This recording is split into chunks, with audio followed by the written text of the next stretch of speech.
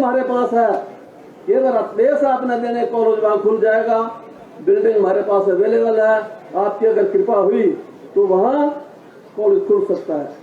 40 जो बसें बैजनाथ से गई, कम से कम हम नई बसें हमें दें। और हमारे कुछ रूट जैसे बैजनाथ से गुड़गांव और बैजनाथ हरिद्वार, बैजनाथ से चंडीगढ़ दूसरे डिपुओं को दें, वो तो बैजनाथ डिपो को दो ताकि हमारा डिपो चल सके। इसी तरह से जैसे इवेंट हो रहा, भगवान ना करे इस बार तो अच्छा रहा, कोई एक्सीडेंट हो जाता है तो बैजनाथ में प्लास्टर करने के लिए जगह नहीं है, तो कृपा करके बैजनाथ का जो हॉस्पिटल है उसे अपग्रेड करिए, 150 बेड का करके दीजिए। जगह हमारे पास है, जमीन हमारे पास उपलब्ध है, आपकी कृपा हो जाए तो जनता के लिए बहुत बढ़िया हॉस्पिटल होगा। इसी तरह से चिड़ियाघर का क्षेत्र है, 12, 14, 15 पंचायतें हैं, ITI की जरूरत वहां है।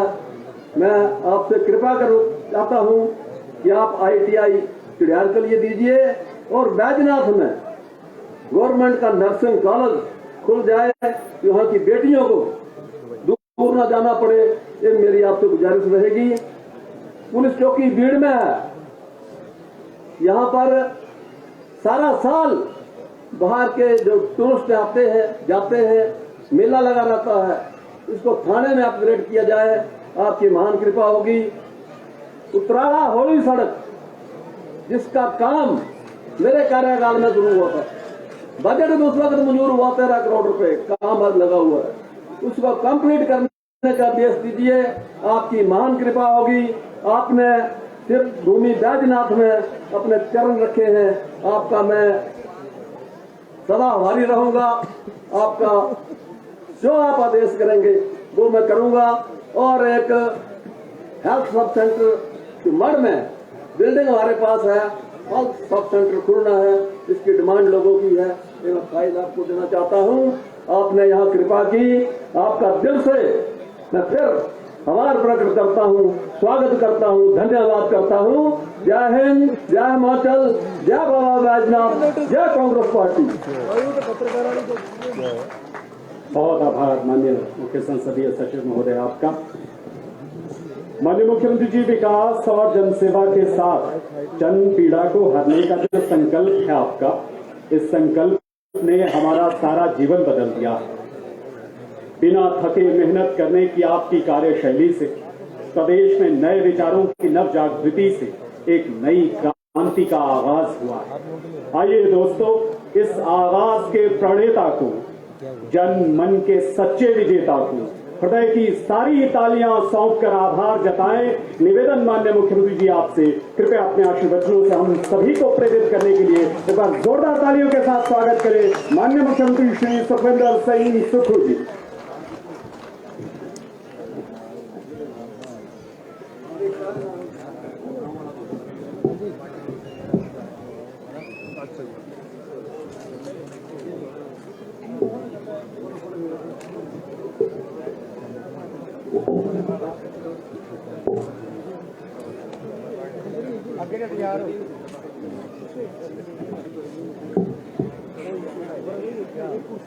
सम्मानित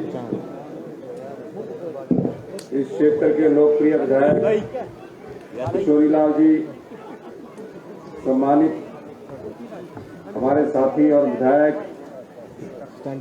और CPS किशोरीलाल जी, CPS है आशीष पटेल जी, हमारे विधायक यादविंदर गौमा जी, विकास चंब्याल जो हमारे चेयरमैन हैं, संजय चौहान जी जो हमारे चेयरमैन है, करण पठानिया जी जो जिला अध्यक्ष है, अनुराग शर्मा जी जो कि पैराग्लाइडिंग भीड़ पैराग्लाइडिंग एसोसिएशन के अध्यक्ष है, रविंदर बिट्टू जी SC सेल के उपाध्यक्ष है,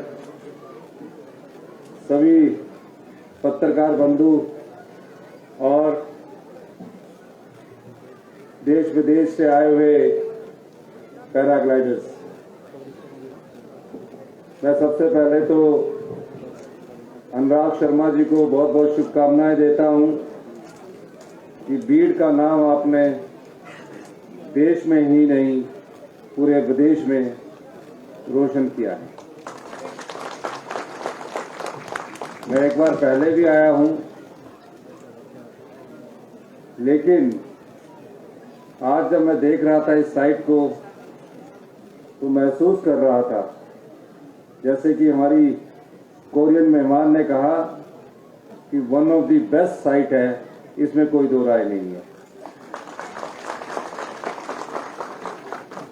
जब से हमारी सरकार को बने हुए अभी 100 दिन हुए हैं और उन 100 दिनों में हमने हिमाचल प्रदेश को आत्मनिर्भर बनाने के लिए कदम बढ़ाए हैं। मेरा बजट आपने देखा होगा, वो 40 साल बाद एक ऐसी व्यवस्था वाला बजट आया है जो आने वाले जो युवा पीढ़ी है, जो हिमाचल की जनता है, उस बजट के द्वारा एक दिशा तय की गई है। मेरा मकसद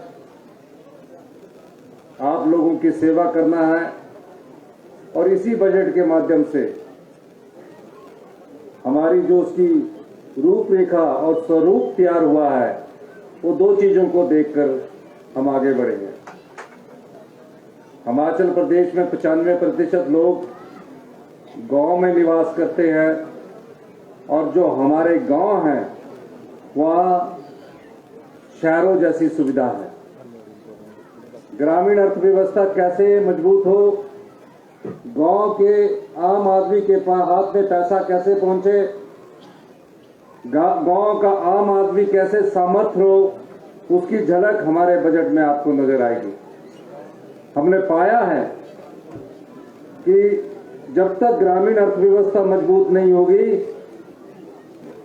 तब तक हम आगे नहीं बढ़ सकते। और ग्रामीण अर्थव्यवस्था को मजबूत करने के पहले भाग को हमने इस बजट में दर्शाने की कोशिश की है। उसमें सामाजिक दृष्टिकोण हमने सबसे पहले रखा। सामाजिक दृष्टिकोण का मकसद हमारा उन लोगों से है जो समाज के वंचित लोग हैं। हमने युवा पीढ़ी को कि वो कैसे आगे आए, वो अच्छी पढ़ाई करना चाहती है, गांव के स्कूल से जब पढ़कर कोई बेटा या बेटी उच्च शिक्षा ग्रहण करना चाहते हैं, आर्थिक तंगी के कारण वो पढ़ नहीं सकते, उस दृष्टि से हमने इस बजट में कहा है कि जो भी युवा साथी +2 करने के बाद उच्च शिक्षा ग्रहण करना चाहता है, हिमाचल प्रदेश सरकार किसी भी संस्थान में जाए, ITI करे, IIT में जाए, एम्स में जाए, आपका नर्सिंग करे, पॉलिटेक्निकल करे, इंजीनियरिंग करे, 1% ब्याज के साथ उसको उच्च शिक्षा के लिए हम लोन उपलब्ध करवाएंगे। ऐसा क्यों किया है? ताकि किसी बच्चे के मन में ये भावना ना रहे कि मैं पढ़ना चाहता था और पैसे की कमी के कारण मैं पढ़ नहीं सका। ये इस बजट में ग्रामीण बच्चों के लिए एक हमने झलक दिखाई है। कई विधवाएं हैं जिनके पास ना घर है ना रहने की जगह हो। जब कोई बहन हमारी विधवा हो जाती है तो समाज की दृष्टि से देखे तो समाज भी उसे अच्छी दृष्टि से नहीं देखता। हमने कहा पहले चरण में हम 7,000 जो विधवाएं हैं, हर एक विधानसभा क्षेत्र में तकरीबन 100 के करीब विधवाओं को घर बनाने के लिए हम पैसा उपलब्ध करवाएंगे और मुफ्त में पानी का कनेक्शन देंगे, इलेक्ट्रिसिटी का कनेक्शन देंगे। किसान छोटे छोटे अपने ग्रुप बनाए और कैसे आगे बढ़े, उस दृष्टि से हमने कहा हिमाचल में लोगों के पास जगह कम होती है और उस जगह को कैसे सदुपयोग किया जाए। कोई खेत बांधा तो उससे पहले फसल उतनी होती नहीं, लेकिन खेत में किसी के पास अगर 4 बीघे या 8 कनाल जगह है तो वो 250 किलोवाट का सोलर पावर प्रोजेक्ट लगाकर 250 किलोवाट का सोलर पावर प्रोजेक्ट लगाकर 15 लाख रुपया साल का कमा सकता है। इसमें खर्चा कितना आएगा? इसमें खर्चा आएगा 1 करोड़ से 20 लाख तक। 1 करोड़ 20 लाख खर्चा कौन लगाएगा? हिमाचल का युवा तो घबराता है, वो सोचेगा मैंने कर्जा क्यों लेना है, जो चल रहा है वही चले। लेकिन आज की परिस्थितियों में आपको इन कार्यों में आना पड़ेगा। जब आप 1 करोड़ 20 लाख रुपया लेंगे, उसका 40% यानी कि 40% का मतलब होगा 50 लाख रुपया सरकार आपको देगी। और जब आपको सरकार देगी तो जो लोन की सोवरन गारंटी है वो भी सरकार उपलब्ध करवाएगी। फायदा क्या होगा आपको? आपको फायदा यह होगा कि 4 साल में, जिस तरह एक टैक्सी वाला अपनी टैक्सी लेता है, लोन उठाकर 4 साल में टैक्सी में फ्री हो जाता है, तो वो उससे आप 4 साल में उस लोन को चुकाएंगे और 15 लाख रुपया 5वें साल आपके घर में हर महीने 1 लाख रुपया आएगा। उसमें से 30% सरकार ले लेगी जो आपको सब्सिडी के तौर पर दिया हुआ है। ये योजना हम इस बजट के माध्यम से लाए हैं। अब ऐसी सुंदर जगह भीड़ में अगर प्रदूषण बढ़ता जाएगा, डीजल की गाड़ियां बढ़ती जाएगी, तो यहाँ का तापमान भी बढ़ता जाएगा। जहां गर्मी 32 डिग्री तक होनी चाहिए, वो प्रदूषण के कारण 3 डिग्री का डिफरेंस और आ जाएगा और बढ़ जाएगा। हमने कहा है कि भीड़ में जितने भी टैक्सी वाले हैं, अगर आप इलेक्ट्रिकल गाड़ी लेते हैं और इलेक्ट्रिकल गाड़ी की कीमत अगर 15 लाख रुपया है, तो सरकार प्रत्येक परिवार का जो युवा बेरोजगार लड़का है उसको इलेक्ट्रिकल गाड़ी खरीदने का पहले तो लाइसेंस देगी। अगर वो 20 लाख की आती तो 10 लाख रुपया उसकी जेब से जाएगा, 10 लाख साल सरकार उपलब्ध करवाएगी। अभी 20 लाख की गाड़ी हो 12 लाख की है आजकल डीजल की गाड़ियों में। मैं तो ये मैक्सिमम लिमिट आपको बता रहा हूं। तो 12 लाख की जो गाड़ी खरीदेगा उसका 6 लाख कौन उपलब्ध करवाएगा? सरकार उपलब्ध करवाएगी। और जब सरकार उपलब्ध करवाएगी तो जो एक डीजल टैक्सी जो आज यहां चलाता है, वो अगर डीजल में 10,000 रुपया महीने का खर्च करता है, तो इलेक्ट्रिकल गाड़ी गए उतने ही पैसे में 1,000 रुपया खर्च आएगा चार्जिंग का। मैं शिमला में इलेक्ट्रिकल गाड़ी में चल रहा हूं, कोई कमी नहीं है उसमें, आराम से चलती है, 8 साल की वारंटी मिलती है, चढ़ाई में फट से चढ़ती है। इसलिए जो लोग टैक्सी लेकर आए हैं, टैक्सी ली है, वो इलेक्ट्रिकल व्हीकल में जाइए, घर में ही चार्जिंग हो जाएगी, कोई चार्जिंग की ज्यादा जरूरत नहीं है। और आपकी आय एक इलेक्ट्रिकल टैक्सी खरीदने से आपकी आय 50% से 100% तक बढ़ जाएगी। यानी कि एक महीने में अगर वो डीजल से 25,000 रुपये कमाता है, 10,000 रुपये का तेल खर्च करता है, तो सिर्फ 15,000 रुपये की आय होगी, उससे सीधे 50,000 रुपये की उसकी आय होगी। यही हम उनसे सरकारी गाड़ियों में भी लगाएंगे। सरकारी गाड़ियों में भी हम इलेक्ट्रिकल लाने जा रहे हैं और आउटसोर्स करने जा रहे हैं। उसकी नीति आने वाले कैबिनेट में हमारे आने वाली, और हम इस दृष्टि से आगे बढ़ रहे हैं। बस है, अगर कोई 1 करोड़ रुपए की इलेक्ट्रिकल बस खरीदता है तो हम उसको 50 लाख रुपया सब्सिडी देंगे। ट्रक है, अगर कोई 1 करोड़ रुपए का ट्रक खरीदता है, हम उसको 50 लाख रुपया सब्सिडी देंगे। ये और जो हमारी बच्चियां हैं जिन्होंने +2 में टॉप किया है, 20,000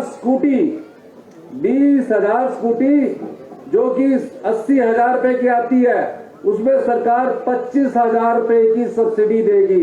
ये बजट में हमने प्रावधान किया है। क्यों किया है? जो हमारा वातावरण है, जो हमारी ग्रामीण अर्थव्यवस्था है, इसको बदलने की जरूरत है। 2-3 साल बाद आप पाएंगे कि हिमाचल में ये बदलाव हो रहा है। ये हम मिशन मोड पर काम कर रहे हैं, एक कदम पीछे हटने की जरूरत नहीं है। इसकी लाइसेंस नीति बन रही है। एक और हमने सामाजिक कार्य किया, जो इसका जितने भी हिमाचल प्रदेश के अनाथ बच्चे हैं, अनाथ आश्रम में रहते हैं, अपने ताए चाचे मामा जी के पास रहते हैं, बच्चे हैं, बेटियां हैं, उनको हमने कहा, पहले उनकी केयर की जाती थी 18 साल तक। हमने कहा कि बच्चा जब अनाथ आश्रम से या मम्मी जब चाचा ताए से बाहर निकलेगा तो जाएगा कहां? हमने उस उम्र को बढ़ाकर 27 साल कर दिया। और ये राय रखी सब लोगों ने कि कोई भी अनाथ बच्चा है उसको पढ़ाना, कोई भी धनवान व्यक्ति चाहता है कि मैं पढ़ा लूं, और उसकी दया दृष्टि पर हमेशा जीवन भर निर्भर रहता है कि मुझे इसने पढ़ाया, मैं इसके एहसान तले दबा हूं। हमने कहा ऐसी व्यवस्था से जो दया के सहारे पड़ा हुआ है वो कभी जीवन में स्वाभिमान से जी नहीं सकता, उसके मन में एक कुंठा रहेगी। हमने इस विधानसभा में मुख्यमंत्री सुख आश्रय कोष लाया और क्या किया, उसको अधिकार दे दिया, कानूनी अधिकार दे दिया। 18 साल के बाद कोई भी अनाथ बच्चा जिसकी माता नहीं है, जिसकी पिता नहीं है, सरकार उसका पूरा खर्चा उठाएगी। अगर वो इंजीनियरिंग कॉलेज में चला जाता है और इंजीनियरिंग कॉलेज की फीस 75,000 रुपया है साल की, सरकार 75,000 रुपया फीस उसकी देगी। हॉस्टल का खर्चा उसका 40,000 रुपया है, सरकार 40,000 रुपया उसके हॉस्टल का खर्चा देगी। अब हॉस्टल का खर्चा हो गया, अब उसका ये फीस का खर्चा हो गया। उसके बाद बेचारा वो जो अनाथ बच्चा, जिस तरह हम अपने बच्चे को पॉकेट मनी देती है, सरकार 4,000 रुपया महीना उसे पॉकेट मनी देगी। यही नहीं, उसके बाद हम अपने परिवार के बच्चों के साथ घूमने जाते हैं, अपने बच्चों को लेके जाते हैं हिंदुस्तान में, कभी गोवा जाएंगे, कभी राजस्थान जाएंगे, कभी केरल जाएंगे, कभी कहीं और जाएंगे। हमने कहा ये जो अनाथ बच्चे हैं इनको भी साल में एक बार घूमने का मौका 15 दिन के लिए सरकार देगी और बाई एयर घूमने का मौका देगी। और रहने के लिए ये ना हो कि सरकारी विभाग वाले होटल में ठहरा दे, यहाँ ठहरा दे। हमने कहा नहीं, आपको इन बच्चों को अगर ठहराना होगा, जिस तरह हम अपने बच्चों को अच्छे होटल 3 स्टार में ठहराते हैं, उस प्रकार की सुविधा हमने इन अनाथ बच्चों को जो 6,000 के करीब पाए गए हैं, हमने अधिकार के रूप में दे दी है। यानी कि आने वाले समय में वो बच्चे, अगर सरकार उनको ये अधिकार नहीं देती है तो कोर्ट में सरकार को घसीट सकते हैं। ये मानवीय दृष्टिकोण, हमने सामाजिक दृष्टिकोण अपने बजट में इसलिए दर्शाया है कि आने वाले समय में हमें ग्रामीण अर्थव्यवस्था, मानवीय दृष्टिकोण, सामाजिक दृष्टिकोण और भविष्य की चुनौतियों से लड़ने के लिए ग्रीन हाइड्रोजन की दिशा में आगे बढ़ रहे हैं। ग्रीन राज्य कैसे हो? जब ये राज्य ग्रीन हो जाएगा, यहाँ आज अगर 2 करोड़ टूरिस्ट आते हैं, 10 करोड़ टूरिस्ट हिमाचल प्रदेश में आएगा, पर उसके लिए हमें कड़े फैसले करने की जरूरत है।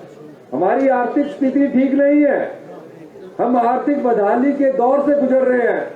मेरी सरकार को तो बने हुए भी 100 दिन हुए हैं।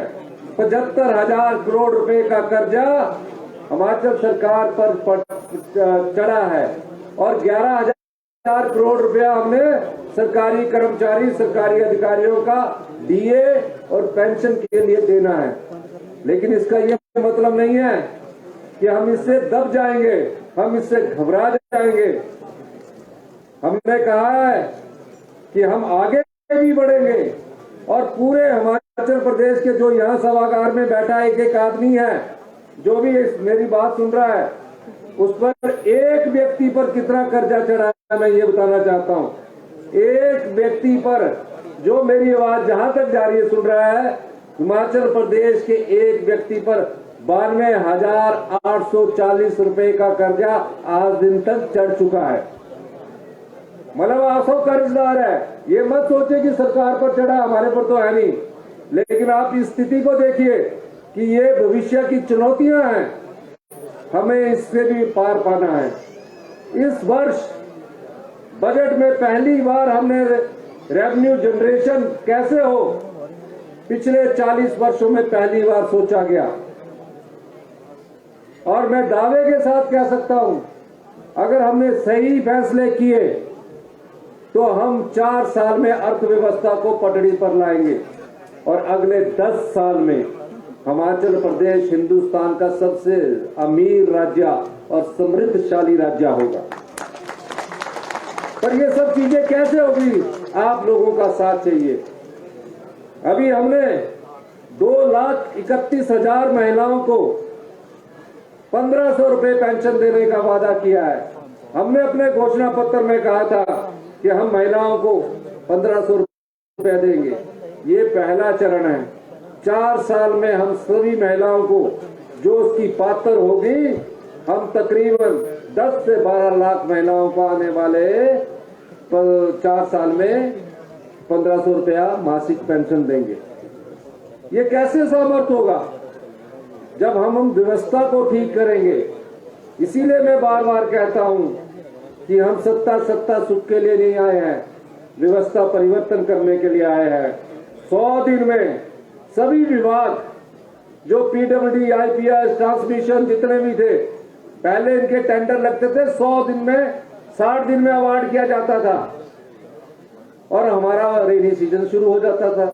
उसके बाद सर्दी का सीजन शुरू हो जाता।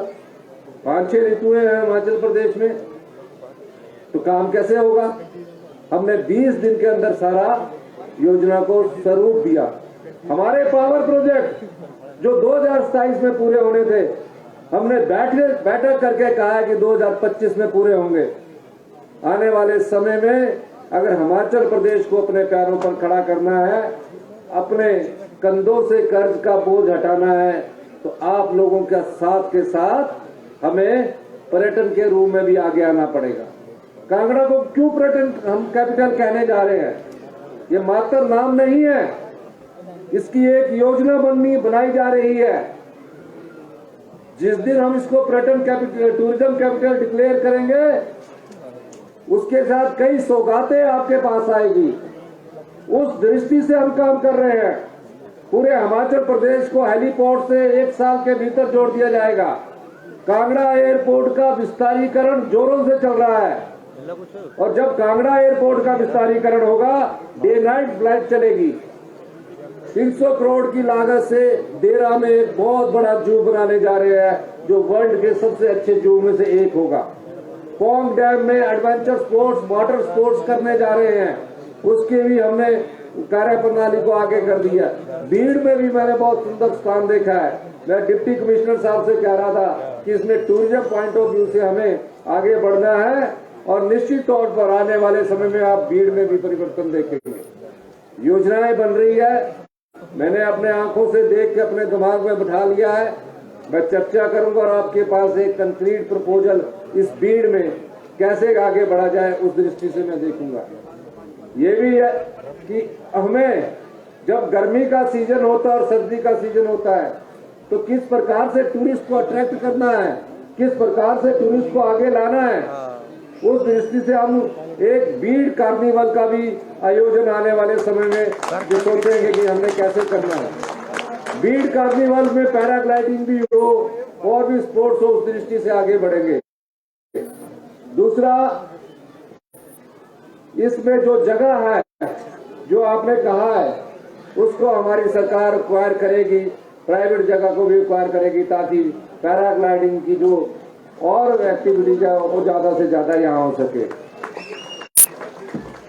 फिर हमारे विधायक किशोरी लाल जी जो सीपीएस है, हमारी पोजीशन ऐसी नहीं है कि हम अभी कोई घोषणाएं कर दें। मैं घोषणा करने से पहले ये चाहता हूं कि हम उसमें पूरी तरह से उसको समझकर और उसका कार्य प्रणाली को स्वरूप देकर आगे बढ़ा जाए। लेकिन एक घोषणा इन्होंने मुझे बार बार कही है कि बीड़ में पुलिस चौकी की जगह पुलिस थाना दे दिया जाए। तो मैं पुलिस थाना देने में कोई ज्यादा हमारे को खर्चा लगता नहीं है, तो बीड़ में पुलिस थाने देने के लिए मैं घोषणा करता हूं कि इस चौकी का अपग्रेड कर दिया जाएगा। दूसरा ITI की बात हमारे किशोरी लाल जी ने कही है और एक हॉस्पिटल की बात कही है। मेडिकल में हमारे रिफॉर्म्स चल रहे हैं। आपने बजट में देखा होगा कि एक विधानसभा क्षेत्र में एक आदर्श हॉस्पिटल बनाने की हमने बात की है। मैं माननीय किशोरी लाल जी से चर्चा करूंगा, क्योंकि ये एक हॉस्पिटल ही हम एक विधानसभा क्षेत्र में बनाना चाहते हैं। बाकी आपका जो बड़ा हॉस्पिटल है, जो टांडा है, इसको बहुत ज्यादा अपग्रेड कर रहे हैं हम। अभी इसमें हम इसी 6 महीने के अंदर रोबोटिक सर्जरी हम शुरू कर देंगे। लेटेस्ट वर्ल्ड क्लास टेक्नोलॉजी के लिए हमने मेडिकल कंसल्टेंट अपॉइंट कर लिया है। अभी इसमें रिफॉर्म्स है।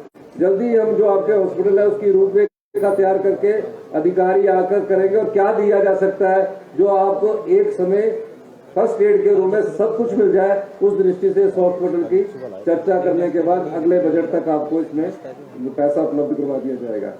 और जो ITI की बात है, आप जगह ढूंढिए। और ITI की बात कही है और पॉलिटेक्निकल की बात है। अगर आप जगह ढूंढेंगे तो हम नए कोर्सेज के साथ शुरू करना चाहते हैं।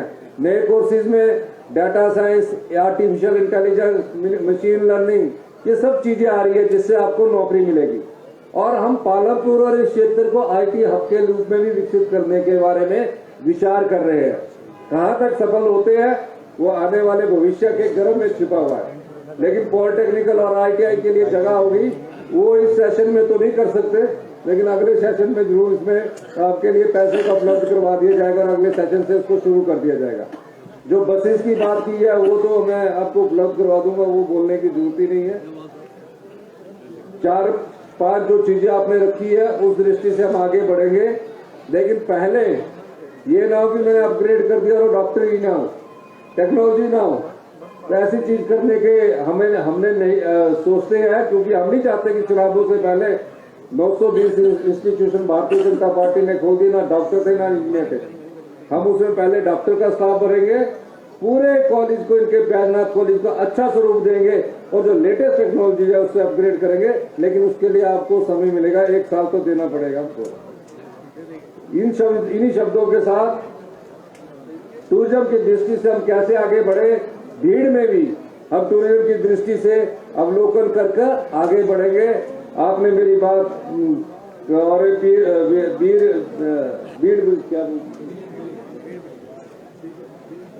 अच्छा, बिलिंग पैराग्लाइडिंग एसोसिएशन की तरफ से जो ये कार्यक्रम आयोजित किया गया है और मैं उसके लिए धन्यवाद करता हूं लोकल MLA किशोरी लाल जी का, बुटेल जी का और अपने यादविंदर गोमा जी का, क्योंकि शाम का समय है, संध्या हो गई है, जाड़ा भी है करे। सभी लोगों को बहुत बहुत धन्यवाद। बहुत आभार माननीय मुख्यमंत्री जी आपका, इस विश्वास के साथ कि आपके सबल संरक्षण में हम हर चुनौती को बौना साबित करेंगे। बैजनाथ में खोलिए, बिल्डिंग हमारे पास है, ये प्लेस आपने देने कॉलेज वहां खुल जाएगा, बिल्डिंग हमारे पास अवेलेबल है। आपकी अगर कृपा हुई तो वहां कॉलेज खुल सकता है। 40 जब बसें बैजनाथ से गई, कम से कम हम नई बसें हमें दें।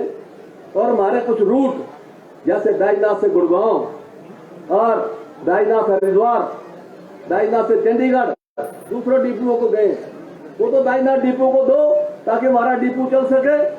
इसी तरह से जैसे इवेंट हो रहा, भगवान ना करे इस बार को अच्छा रहा, कोई एक्सीडेंट हो जाता है तो बैजनाथ में प्लास्टर करने के लिए जगह नहीं है। तो कृपा करके बैजनाथ का जो हॉस्पिटल है उसे अपग्रेड करिए, 150 बेड का करके दीजिए। जगह हमारे पास है, जमीन हमारे पास उपलब्ध है। आपकी कृपा हो जाए तो जनता के लिए बहुत बढ़िया हॉस्पिटल होगा। इसी तरह से चिड़िया का क्षेत्र है, 12, 14, 15 पंचायतें हैं, ITI की जरूरत वहां है। मैं आपसे कृपा चाहता हूं कि आप ITI चिड़ियाल के लिए दीजिए और बैजनाथ में गवर्नमेंट का नर्सिंग कॉलेज खुल जाए, यहाँ की बेटियों को दूर न जाना पड़े, ये मेरी आपसे गुजारिश रहेगी। पुलिस चौकी भीड़ में है, यहाँ पर सारा साल बाहर के जो टूरिस्ट आते हैं जाते हैं, मेला लगा रहता है, इसको थाने में अपग्रेड किया जाए, आपकी महान कृपा होगी। उत्तराला होली सड़क जिसका काम मेरे कार्यकाल में शुरू हुआ था, बजट में उस वक्त मंजूर हुआ 13 करोड़ रुपए, काम आज लगा हुआ है, उसको कंप्लीट करने का आदेश दीजिए, आपकी महान कृपा होगी। आपने सिर्फ भूमि बैजनाथ में अपने चरण रखे हैं, आपका मैं सदा आभारी रहूंगा। आपका जो आप आदेश करेंगे वो मैं करूंगा। और एक हेल्थ सब सेंटर की मड़ में बिल्डिंग हमारे पास है, हेल्थ सब सेंटर खुलना है, इसकी डिमांड लोगों की है, मैं फाइल आपको देना चाहता हूं। आपने यहाँ कृपा की, आपका दिल से मैं फिर आभार प्रकट करता हूँ, स्वागत करता हूँ, धन्यवाद करता हूँ। जय हिंद, जय हिमाचल, जय बाबा बैजनाथ, जय कांग्रेस पार्टी। बहुत आभार माननीय मुख्य संसदीय सचिव महोदय आपका। माननीय मुख्यमंत्री जी, विकास और जनसेवा के साथ जन पीड़ा को हरने का जो संकल्प है आपका, इस संकल्प ने हमारा सारा जीवन बदल दिया है। बिना थके मेहनत करने की आपकी कार्यशैली से प्रदेश में नए विचारों की नव जागृति से एक नई क्रांति का आगाज हुआ है। आइए दोस्तों, इस आगाज के प्रणेता को, जन मन के सच्चे विजेता को हृदय की सारी तालियां सौंप कर आभार जताएं। निवेदन माननीय मुख्यमंत्री जी आपसे, कृपया अपने आशीर्वचनों से हम सभी को प्रेरित करने के लिए एक बार जोरदार तालियों के साथ स्वागत करें माननीय मुख्यमंत्री श्री सुखविंदर सिंह सुक्खू जी।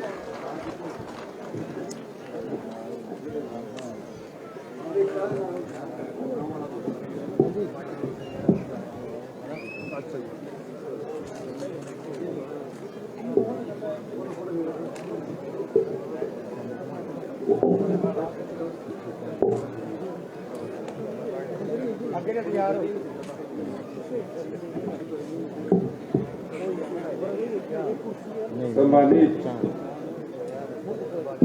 इस क्षेत्र के लोकप्रिय विधायक किशोरीलाल जी, सम्मानित हमारे साथी और विधायक और CPS किशोरीलाल जी, CPS है आशीष पटेल जी, हमारे विधायक यादविंदर गौमा जी, विकास चंब्याल जो हमारे चेयरमैन हैं, संजय चौहान जी जो हमारे चेयरमैन है, करण पठानिया जी जो जिला अध्यक्ष है, अनुराग शर्मा जी जो कि पैराग्लाइडिंग बीड़ पैराग्लाइडिंग एसोसिएशन के अध्यक्ष है, रविंदर बिट्टू जी SC सेल के उपाध्यक्ष है, सभी पत्रकार बंधु और देश विदेश से आए हुए पैराग्लाइडर्स, मैं सबसे पहले तो अनुराग शर्मा जी को बहुत बहुत शुभकामनाएं देता हूं कि बीड़ का नाम आपने देश में ही नहीं पूरे विदेश में रोशन किया है। मैं एक बार पहले भी आया हूं, लेकिन आज जब मैं देख रहा था इस साइट को तो महसूस कर रहा था जैसे कि हमारी कोरियन मेहमान ने कहा कि one of the best site है, इसमें कोई दो राय नहीं है। जब से हमारी सरकार को बने हुए अभी 100 दिन हुए हैं और उन 100 दिनों में हमने हिमाचल प्रदेश को आत्मनिर्भर बनाने के लिए कदम बढ़ाए हैं। मेरा बजट आपने देखा होगा, तो 40 साल बाद एक ऐसी व्यवस्था वाला बजट आया है जो आने वाले जो युवा पीढ़ी है, जो हिमाचल की जनता है, उस बजट के द्वारा एक दिशा तय की गई है। मेरा मकसद लोगों की सेवा करना है और इसी बजट के माध्यम से हमारी जो उसकी रूपरेखा और स्वरूप तैयार हुआ है वो दो चीजों को देखकर हम आगे बढ़ेंगे। हिमाचल प्रदेश में 95% लोग गांव में निवास करते हैं और जो हमारे गांव हैं वहाँ शहरों जैसी सुविधा है। ग्रामीण अर्थव्यवस्था कैसे मजबूत हो, गांव के आम आदमी के हाथ में पैसा कैसे पहुंचे, गांव का आम आदमी कैसे सामर्थ्य हो, उसकी झलक हमारे बजट में आपको नजर आएगी। हमने पाया है कि जब तक ग्रामीण अर्थव्यवस्था मजबूत नहीं होगी तब तक हम आगे नहीं बढ़ सकते और ग्रामीण अर्थव्यवस्था को मजबूत करने के पहले भाग को हमने इस बजट में दर्शाने की कोशिश की है। उसमें सामाजिक दृष्टिकोण हमने सबसे पहले रखा। सामाजिक दृष्टिकोण का मकसद हमारा उन लोगों से है जो समाज के वंचित लोग हैं। हमने युवा पीढ़ी को कि वो कैसे आगे आए, वो अच्छी पढ़ाई करना चाहती है, गांव के स्कूल से जब पढ़कर कोई बेटा या बेटी उच्च शिक्षा ग्रहण करना चाहते हैं, आर्थिक तंगी के कारण वो पढ़ नहीं सकते, उस दृष्टि से हमने इस बजट में कहा है कि जो भी युवा साथी +2 करने के बाद उच्च शिक्षा ग्रहण करना चाहता है, हिमाचल प्रदेश सरकार किसी भी संस्थान में जाए, ITI करे, IIT में जाए, एम्स में जाए, आपका नर्सिंग करे, पॉलिटेक्निकल करे, इंजीनियरिंग करे, 1% ब्याज के साथ उसको उच्च शिक्षा के लिए हम लोन उपलब्ध करवाएंगे। ऐसा क्यों किया है? ताकि किसी बच्चे के मन में ये भावना ना रहे कि मैं पढ़ना चाहता था और पैसे की कमी के कारण मैं पढ़ नहीं सका। ये इस बजट में ग्रामीण बच्चों के लिए एक हमने झलक दिखाई है। कई विधवाएं हैं जिनके पास ना घर है न रहने की जगह हो। जब कोई बहन हमारी विधवा हो जाती है तो समाज की दृष्टि से देखे तो समाज भी उसे अच्छी दृष्टि से नहीं देखता। हमने कहा पहले चरण में हम 7,000 जो विधवाएं हैं हर एक विधानसभा क्षेत्र में तकरीबन 100 के करीब विधवाओं को घर बनाने के लिए हम पैसा उपलब्ध करवाएंगे और मुफ्त में पानी का कनेक्शन देंगे, इलेक्ट्रिसिटी का कनेक्शन देंगे। किसान छोटे छोटे अपने ग्रुप बनाए और कैसे आगे बढ़े, उस दृष्टि से हमने कहा हिमाचल में लोगों के पास जगह कम होती है और उस जगह को कैसे सदुपयोग किया जाए। कोई खेत बांधा तो उससे फसल उतनी होती नहीं, लेकिन खेत में किसी के पास अगर 4 बीघे या 8 कनाल जगह है तो वो 250 किलोवाट का सोलर पावर प्रोजेक्ट लगाकर 15 लाख रुपया साल का कमा सकता है। इसमें खर्चा कितना आएगा? इसमें खर्चा आएगा 1 करोड़ से 20 लाख तक। 1 करोड़ 20 लाख खर्चा कौन लगाएगा? हिमाचल का युवा तो घबराता है, वो सोचेगा मैंने कर्जा क्यों लेना है, जो चल रहा है वही चले। लेकिन आज की परिस्थितियों में आपको इन कार्यों में आना पड़ेगा। जब आप 1 करोड़ 20 लाख रुपया लेंगे, उसका 40% यानी कि 40% का मतलब होगा 50 लाख रुपया सरकार आपको देगी। और जब आपको सरकार देगी तो जो लोन की सोवरन गारंटी है वो भी सरकार उपलब्ध करवाएगी। फायदा क्या होगा आपको? आपको फायदा ये होगा कि 4 साल में जिस तरह एक टैक्सी वाला अपनी टैक्सी लेता है, लोन उठाकर 4 साल में टैक्स में फ्री हो जाता है, तो वो उससे आप 4 साल में उस लोन को चुकाएंगे और 15 लाख रुपया 5वें साल आपके घर में हर महीने 1 लाख रुपया आएगा। उसमें से 30% सरकार ले लेगी जो आपको सब्सिडी के तौर पर दिया हुआ है। ये योजना हम इस बजट के माध्यम से लाए हैं। अब ऐसी सुंदर जगह भीड़ में अगर प्रदूषण बढ़ता जाएगा, डीजल की गाड़ियां बढ़ती जाएगी, तो यहाँ का तापमान भी बढ़ता जाएगा। जहां गर्मी 32 डिग्री तक होनी चाहिए, वो प्रदूषण के कारण 3 डिग्री का डिफरेंस और आ जाएगा और बढ़ जाएगा।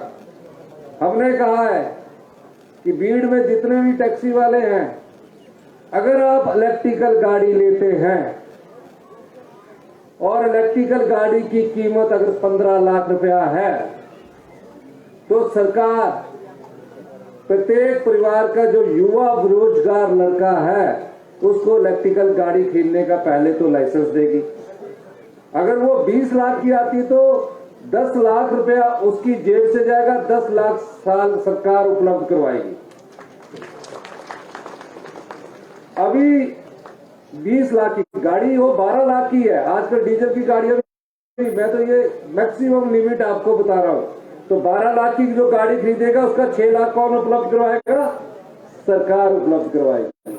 और जब सरकार उपलब्ध करवाएगी तो जो एक डीजल टैक्सी जो आज यहां चलाता है, वो अगर डीजल में 10,000 रुपया महीने का खर्च करता है, तो इलेक्ट्रिकल गाड़ी गए उतने ही पैसे में 1,000 रुपया खर्च आएगा चार्जिंग का। मैं शिमला में इलेक्ट्रिकल गाड़ी में चल रहा हूं, कोई कमी नहीं है उसमें, आराम से चलती है, 8 साल की वारंटी मिलती है, चढ़ाई में फट से चढ़ती है। इसलिए जो लोग टैक्सी लेकर आए हैं, टैक्सी ली है, वो इलेक्ट्रिकल व्हीकल में जाइए, घर में ही चार्जिंग हो जाएगी, कोई चार्जिंग की ज्यादा जरूरत नहीं है। और आपकी आय एक इलेक्ट्रिकल टैक्सी खरीदने से आपकी आय 50% से 100% तक बढ़ जाएगी। यानी कि एक महीने में अगर वो डीजल से 25,000 रुपये कमाता है, 10,000 रुपये का तेल खर्च करता है, तो सिर्फ 15,000 रुपये की आय होगी, उससे सीधे 50,000 रुपये की उसकी आय होगी। यही हम उनसे सरकारी गाड़ियों में भी लगाएंगे। सरकारी गाड़ियों में भी हम इलेक्ट्रिकल लाने जा रहे हैं और आउटसोर्स करने जा रहे हैं। उसकी नीति आने वाले कैबिनेट में हमारे आने वाली, और हम इस दृष्टि से आगे बढ़ रहे हैं। बस है, अगर कोई 1 करोड़ रुपए की इलेक्ट्रिकल बस खरीदता है तो हम उसको 50 लाख रुपया सब्सिडी देंगे। ट्रक है, अगर कोई 1 करोड़ रुपए का ट्रक खरीदता है, हम उसको 50 लाख रुपया सब्सिडी देंगे। ये और जो हमारी बच्चियां हैं जिन्होंने +2 में टॉप किया है, 20,000 स्कूटी जो कि 80,000 रुपए की आती है, उसमें सरकार 25,000 रुपए की सब्सिडी देगी। ये बजट में हमने प्रावधान किया है। क्यों किया है? जो हमारा वातावरण है, जो हमारी ग्रामीण अर्थव्यवस्था है, इसको बदलने की जरूरत है। 2-3 साल बाद आप पाएंगे कि हिमाचल में ये बदलाव हो रहा है। ये हम मिशन मोड पर काम कर रहे हैं। एक कदम पीछे हटने की जरूरत नहीं है। इसकी लाइसेंस नीति बन रही है। एक और हमने सामाजिक कार्य किया, जो इसका जितने भी हिमाचल प्रदेश के अनाथ बच्चे हैं, अनाथ आश्रम में रहते हैं, अपने ताए चाचे मामा जी के पास रहते हैं, बच्चे हैं, बेटियां हैं, उनको हमने कहा, पहले उनकी केयर की जाती थी 18 साल तक। हमने कहा कि बच्चा जब अनाथ आश्रम से या मम्मी जब चाचा ताए से बाहर निकलेगा तो जाएगा कहां? हमने उस उम्र को बढ़ाकर 27 साल कर दिया। और ये राय रखी सब लोगों ने कि कोई भी अनाथ बच्चा है उसको पढ़ाना, कोई भी धनवान व्यक्ति चाहता है कि मैं पढ़ा लूं। और उसकी दया दृष्टि पर हमेशा जीवन भर निर्भर रहता है कि मुझे इसने पढ़ाया, मैं इसके एहसान तले दबा हूं। हमने कहा ऐसी व्यवस्था से जो दया के सहारे पड़ा हुआ है वो कभी जीवन में स्वाभिमान से जी नहीं सकता, उसके मन में एक कुंठा रहेगी। हमने इस विधानसभा में मुख्यमंत्री सुख आश्रय कोष लाया और क्या किया, उसको अधिकार दे दिया, कानूनी अधिकार दे दिया। 18 साल के बाद कोई भी अनाथ बच्चा जिसकी माता नहीं है, जिसकी पिता नहीं है, सरकार उसका पूरा खर्चा उठाएगी। अगर वो इंजीनियरिंग कॉलेज में चला जाता है और इंजीनियरिंग कॉलेज की फीस 75,000 रुपया है साल की, सरकार 75,000 रुपया फीस उसकी देगी। हॉस्टल का खर्चा उसका 40,000 रुपया है, सरकार 40,000 रुपया उसके हॉस्टल का खर्चा देगी। अब हॉस्टल का खर्चा हो गया, अब उसका ये फीस का खर्चा हो गया। उसके बाद बेचारा वो जो अनाथ बच्चा, जिस तरह हम अपने बच्चे को पॉकेट मनी देती है, सरकार 4,000 रुपया महीना उसे पॉकेट मनी देगी। यही नहीं, उसके बाद हम अपने परिवार के बच्चों के साथ घूमने जाते हैं, अपने बच्चों को लेके जाते हैं हिंदुस्तान में। कभी गोवा जाएंगे, कभी राजस्थान जाएंगे, कभी केरल जाएंगे, कभी कहीं और जाएंगे। हमने कहा